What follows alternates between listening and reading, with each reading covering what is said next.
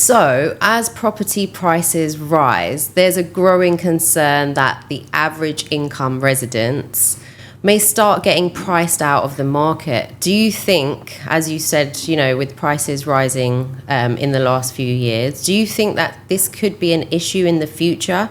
And do you believe that the demand will continue to support these higher prices?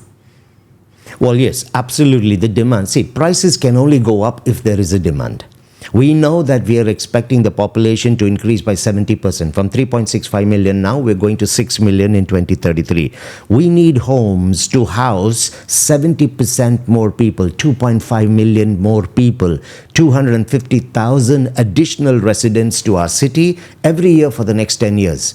In addition to that, many of those who have been renting are looking at owning homes today because they're finding that the rents have also gone high because of the demand of people coming in. So there is a requirement for homes. Holiday homes are becoming very, very popular. We've had a 30% increase in holiday homes in just 1 year.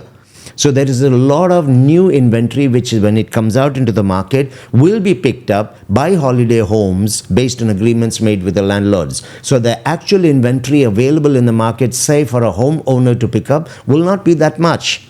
So that puts pressure on the system, and which is why we are having all these launches, but it's a good place to be. Now, to talk about the affordable category people and whether they would get priced out, it's a yes and no answer.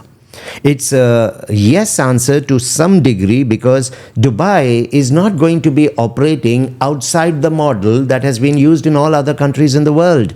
Where do you see people living in most of the advanced cities in the world? In the suburbs. It's the super rich, the millionaires and the billionaires that are in the city, but then people expand and go outwards into the suburbs. Pick any city in the world and you'll see this is true. As we grow and as we reach the top, we are now number 3 on the planet. That's our goal, to remain there and then go to number 1.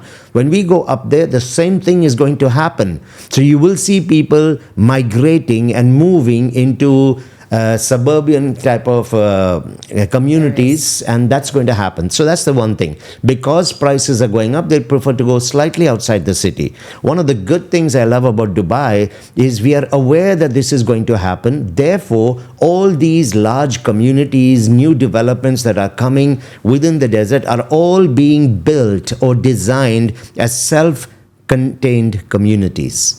So what that means is when you go home or you're living in that area, you don't even need to leave the community to come back into the traffic to get what you need. Everything is, including beaches. We have taken our beaches into the desert. You don't need to come to the beaches anymore. The beaches have come to you. There's schools, there's malls, there's golf courses, there's parks, there's lagoons, lakes. There are outdoor activities, there are clinics, there are hotels, there are school, everything, business parks are all coming up in these communities. So the strategy here is to create micro cities right across the Dubai landscape, which reduces the need for people to come. So therefore, while they may be living in the suburbs, they can access every part of city lifestyle, even in those suburbs. That was one strategy. The second reason why I said no, that it will not impact the affordabilities, when you are the second most stable economy, when you're looking at doubling your economy, you're adding 400 cities into your trade map according to the D33 plan. You are foreign direct investments is doubling to 650 billion, also according to the D33. When an economy is booming and growing, it means new job creation, it means better quality compensation packages. The bigger and better companies in the world start coming in and they raise the standards of living and the compensations to be paid to their people. So while prices may be going up, the spend potential of people is also going to go up. Okay. Which will allow them in some way to offset some of these increases. So higher wages. Yes. Okay. Look at what many of the developers are doing, particularly in the affordable category. Very smart move, and it is actually paid back in dividends. The smaller developers, or I would say in areas like the JVCs, the Arjan, the Majans, the Furjans, the Dubai lands, many of these communities and a few others, the developers now recognizing that since prices are going up and the middle income category people might find it a bit hard on the pocket, are coming up with extended payment plans.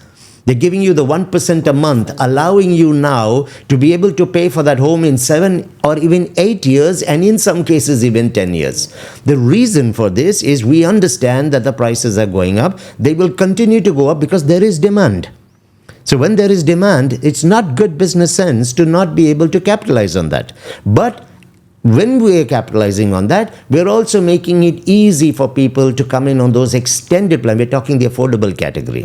Yeah, they can come in on these extended plans and they can still pick up off plans as well as mortgage homes, because many of these are on post-handover plans. They may not necessarily need a mortgage. It could be a ready home still having a 5-year post-handover plan.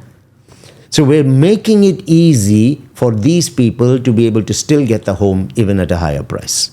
Thank you for that, Dr. Menon. That was an extremely valuable perspective.